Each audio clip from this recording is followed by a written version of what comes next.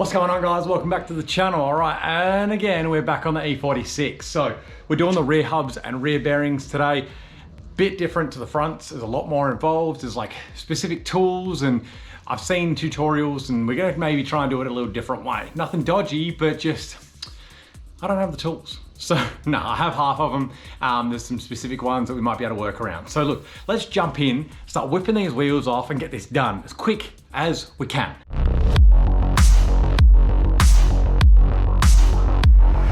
All right, now look, I'm gonna show you guys on the driver's side, right-hand side, because Australia, but it's gonna be the exact same for the passenger. It's just the only difference is you gotta take your back of your exhaust off. I was meant to do this before I got the exhaust made, which would have been easier for me, but you guys know the story with the hubs that they went disappeared. So I'm gonna have to remove the back end of mine. Thankfully, we did two V-bands, one at the front, one just before the diff, so I can just remove that back piece. Don't worry about that. It's like two rubbers and you know the V-band, so don't even worry about that. Let's just get into this, get this side done, all right?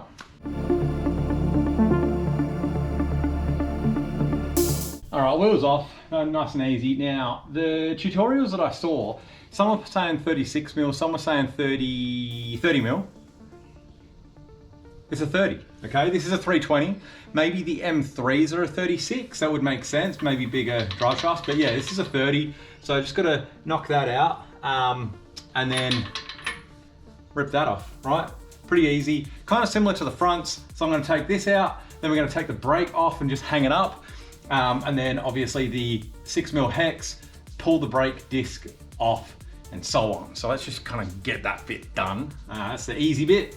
And then we'll start talking about the slightly more difficult bits.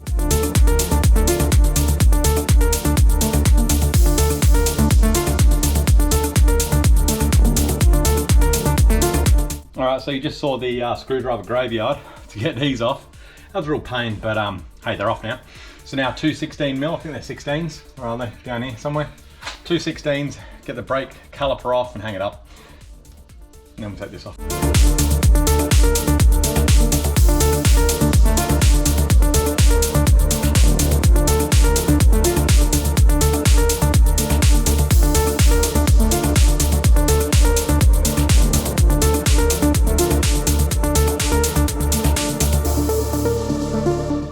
So as much as visibility sucks down here, I have undone the axle bolts, so 6, and then the sway bar bolts. There's one either side and then one connecting. So now we just got to drop the sway bar because, as you can see, we can't pull the axle out without the sway bar out of the way. So now that this is disconnected, we should be able to pull it down. All right, cool. Drop that out and I'll finagle it out a little bit. Then it's going to get to the point where we need to pop on the slide hammer, hammer this out. All right, so that doesn't seem to be working too well. It's kind of just like, I don't know, denting the end of the axle. I don't want to damage my axle because I'm not going to replace the axles. So I'm just going to get a dead blow and spend a bit of time kind of like just give him some little tappers, send him home. Hopefully that drops it out the back, but give me some time and I'll get back to you and report back because yeah, we'll see what happens. All right, massive apology, but it took me like almost 2 hours to hammer that axle out, both of them. I got both out. And then obviously I used the slide hammer on the hub itself, and we smashed that out. Now we just got to pop this circlip out and then get the slide hammer behind, you know, the adapter behind there, slide hammer the bearing out. I'm hoping I can do that instead of pressing it out. Hopefully that works. And then essentially, yeah, buddy, that's what we got to do. Sorry, Elijah's just joining me. And then essentially we've got to do everything backwards. Slide the new bearing in, or press it in, and then new hub in, pull the axle through, and so on and so forth. So look, let's just get some of that done.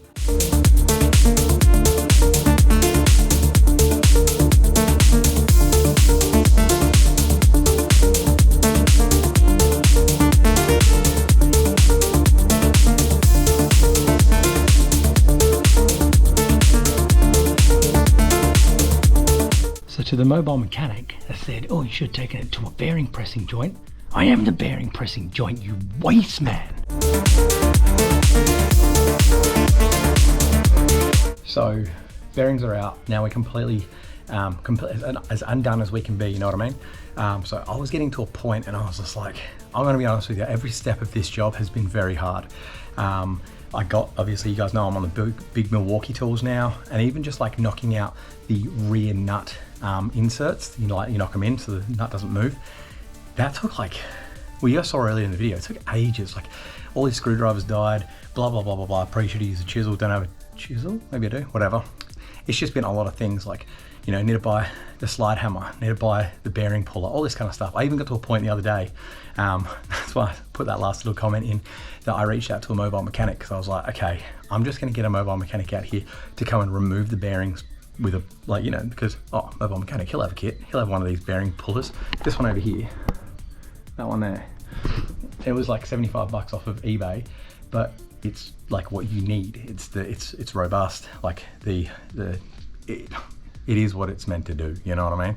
You get the right tools, it makes life a lot easier. It's just with this job, I've had to buy a number of new tools to make it work. My power tools needed upgrading anyway, but yeah, this hasn't been the easiest job. So if you don't have these tools, maybe just like, and if your car's running and driving, maybe just drive it somewhere and get them to do it, because this is like, for a mechanic, with all the bearing pullers and everything that you need, it's probably like a 2-hour job max. Obviously for me, it's been a lot longer. This video's taken like a month, but whatever.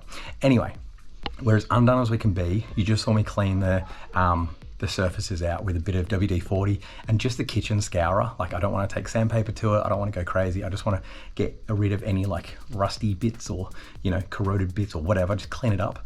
Now it's time to push the new bearings in, and then we have to push the new hubs in, and then we have to pull the axles through the back. So first step, let's get these bearings pushed in.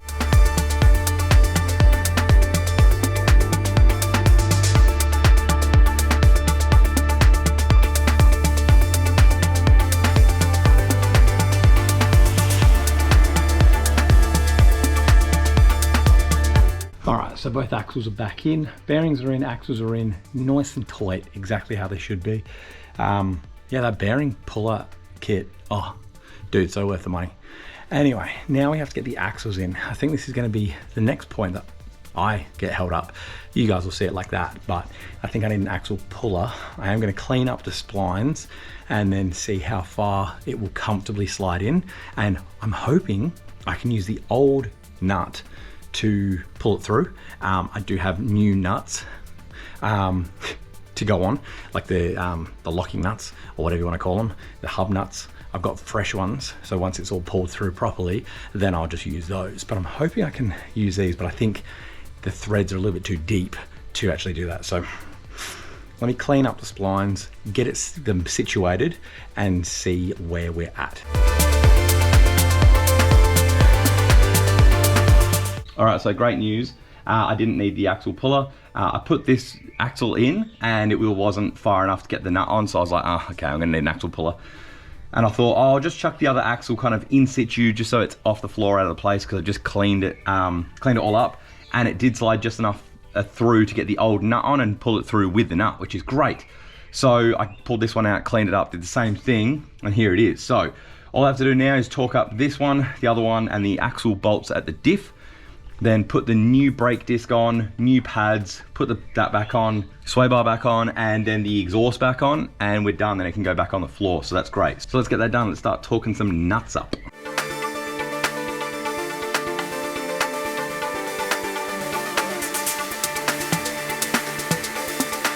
And that's it, we're all back together.